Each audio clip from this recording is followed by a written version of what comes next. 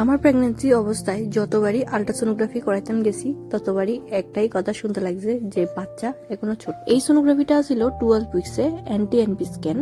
তার পাশাপাশি 12 উইকসের double marker টেস্টও করানো হয়, যেটা হচ্ছে ব্লাড টেস্ট। আমার ছোট্ট জানটার যখন এই প্রথম প্রতিছবিটা দেখতে পাই সোনোগ্রাফিতে আর প্রথম এই হার্টবিটটা শুনতে পাই, তখন আলাদাই একটা অনুভূতি হয়েছে, যেটা মানে কোনো মতে বোঝানো যাইতো না, এমন একটা অনুভূতি। যবে থেকে আমরা জানতে পারি এই খুশির খবরটা, তবে থেকেই আমরা একটা প্ল্যান আছিল যে মাতা বাড়িতে একবার হইলো গিয়া মায়ের দর্শন করি আমু আর মায়ের অনেক অনেক ধন্যবাদ জানাই আমু।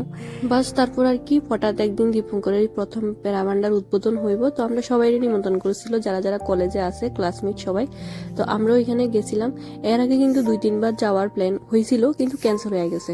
কয় না, মায়ের যখন ডাক দিই তখনই আসা হয়। এছাড়া আমি যে মায়ের কাছে আইছি খুবই রিস্ক লই আইছি, কারণ ওই টাইমে জার্নিটা আমার শরীরে খুবই এফেক্ট করতো। যদিও আগরতলা থেকে উদয়পুর বেশি একটা দূরত্ব না, তবুও কিন্তু তখন আসছিল প্রচন্ড গরম, আর এই গরমের মধ্যে জার্নি আমার জিনিসটা খুবই শরীরের মধ্যে এফেক্ট করছে। এর পরের দিনে আমি একটু অসুস্থ হয়ে গেছিলাম। তখন আমার 4 মাস রানিং চলতেছিল। আমরা সবাই পূজা টুজা সাইরা তারপর গেছিলাম দীপঙ্করের বাড়িতে, যেহেতু সবাই নিমন্ত্রণ আসিল, তো নিমন্ত্রণ রক্ষার সাথে আমরা সবাই গেছিলাম তার বাড়িতে। তোমরা যে আমি শুরুতে কইলাম যে আমি যতবারই সোনোগ্রাফি করাইতে যাই ততবারই সুন্দর লাগছে যে বাচ্চা এখনো ছোট। মানে আমি যদি 12 উইক্সের সোনোগ্রাফি করাইতাম যাই, বাচ্চা দেখাইতো 10 উইক্স। প্রত্যেকটা সোনোগ্রাফিতে প্রায় 2 উইক্স ছোটই দেখাইতো।